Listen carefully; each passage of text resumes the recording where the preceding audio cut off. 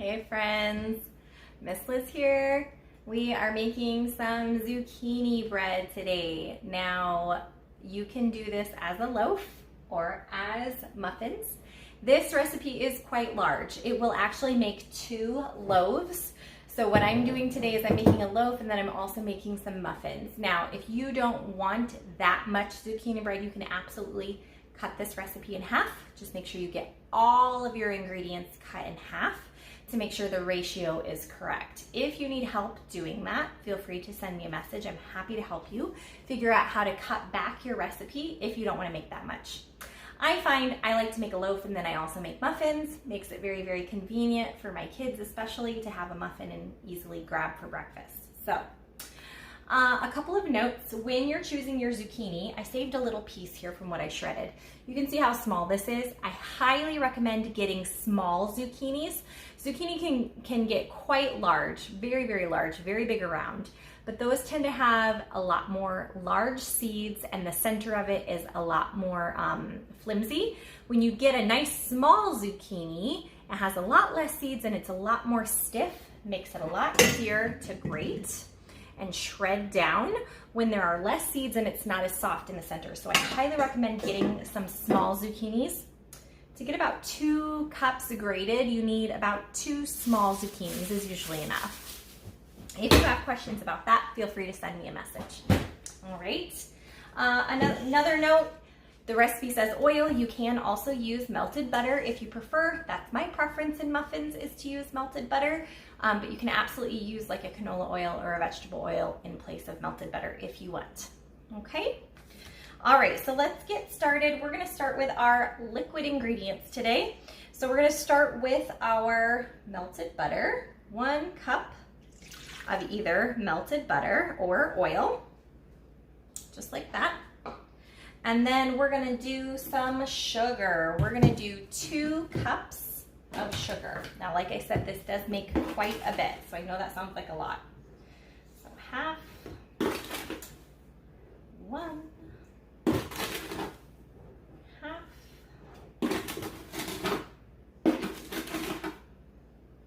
and just about to the bottom, 2. All right, so 2 cups of sugar there. And we're gonna do 3 eggs. As I get that kind of stirred up. 3 eggs here. There we go.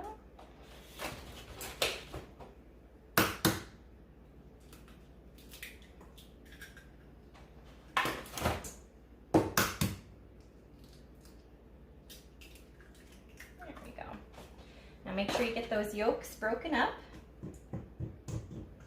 Just kind of stir until that albumin, the egg white, is fairly evenly distributed. So we don't have stringy egg white in there still. Okay. Now there is the option of citrus zest. Orange zest is really tasty in this. I don't have any oranges on hand. So I'm gonna leave that out, and it is optional. It just adds a little bit more freshness to the flavor. You could also do a lemon or a lime, just a little bit of zest.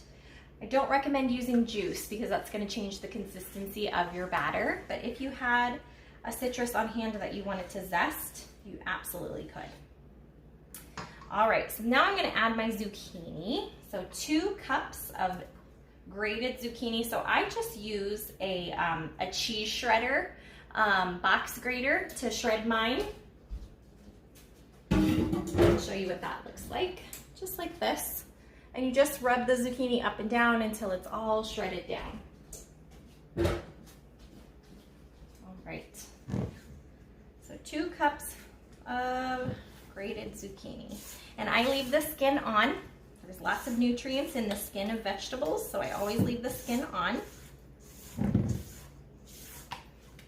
If you were adding your citrus zest, you would add that now before you start your powder ingredients. Now, you can absolutely use a second bowl if you're more comfortable. Again, I like to use one bowl. It saves me a little bit of dishes, and in something like this, it's okay. If you're making something that's more delicate, like a cookie or a cake, I definitely would use 2 separate bowls. But with hearty muffins that have things like fruits or vegetables in them, it's typically okay to just combine everything into one. What I do is I add all of my powdered ingredients at once and then mix them in. That way I'm not getting just baking soda straight into the batter and it clumps up strangely. If you put all the powdered ingredients in together, they kind of incorporate amongst themselves as you begin to stir instead of just adding one thing at a time. So for flour, we're gonna do 3 cups of flour. Make sure we've got a nice level scoop. Be careful not to pack your flour. Very, very gentle when you're scooping, so we're not over measuring and causing our scoop to be too full. Okay, so very, very gentle. Keep that flour nice and light and fluffy as you scoop. 3 cups of flour.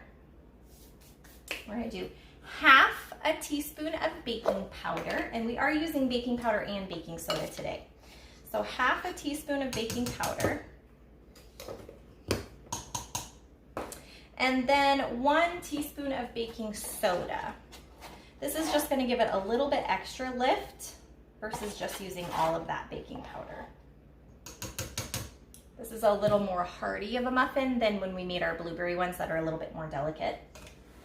All right, so then we're gonna do our salt, which is gonna be 1 teaspoon as well.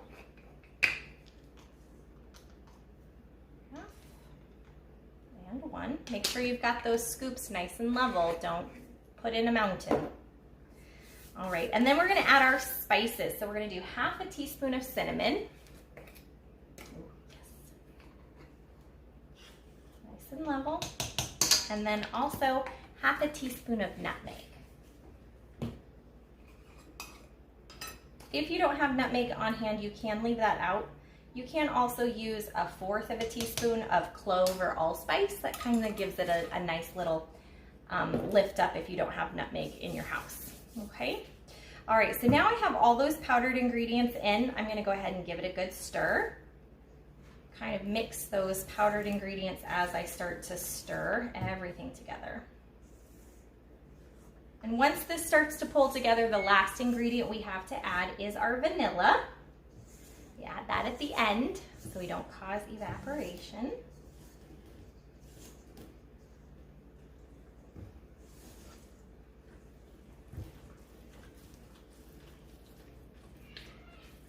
Okay. All right, so then we're gonna add our 2 teaspoons of vanilla. All right. Half, 1, half, and 2. All right, so that's everything. We're gonna get this mixed together, and then we'll make sure our pans are ready to go. Okay, so our batter's ready to go. To prep our muffin pan, I'm using liners. You can just use cooking spray as well. And then for your bread pan, nice light coating, focusing on the bottom and the corners, light dusting on the sides. Okay, makes it just a little bit easier for you to get that bread out. So what I'm gonna do is I'm gonna fill my muffin pan first. Where's my scoop? 1 second, friends. Let me find my scoop here. Oh, there it is. Okay, so I'm using my ice cream scoop for my muffins. I'm gonna fill the amount of muffins I want first and then put the rest into the loaf pan. I'm gonna do about 16 muffins here. And then I'll put the rest into that loaf pan. Now, for muffins, these are gonna bake about 20 minutes. Make sure we don't over bake them. In the loaf pan, it's gonna take a good 45 to 50 minutes to bake completely through. It's really important when you're doing a loaf that's more dense like this, that you get all the way cooked through into the center. So checking that center with a toothpick or a knife is gonna be really important, just to make sure that it's completely done and not smushy and soft in the middle.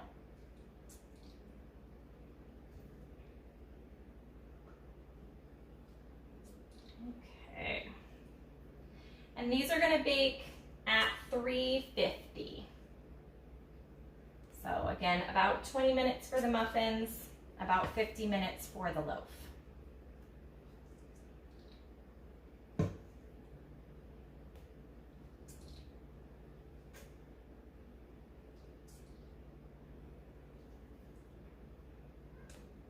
right, got the muffins. Put this in the sink. Got my sticky mess towel here. I'll clean my hands off. And then I'm just gonna scrape the remainder of this right into my loaf pan. Now you can, if you want your loaf to be a little bit larger, you can definitely do more like 12 muffins instead of 16. I like a nice short muffin or short loaf. Makes nice short pieces, and we put that alongside like if we're having eggs or something for breakfast. A nice short loaf. So it does rise up a little bit, but not too large. So those are ready. I'm gonna put those into the oven so that they can bake up. If you have any questions, feel free to send me a message or post in the classroom. I hope you enjoy your zucchini bread, and I'll see you next time. Goodbye. Hey friends, one more thing on that zucchini bread. I just realized I forgot to put in my chocolate chips. If that happens, don't worry.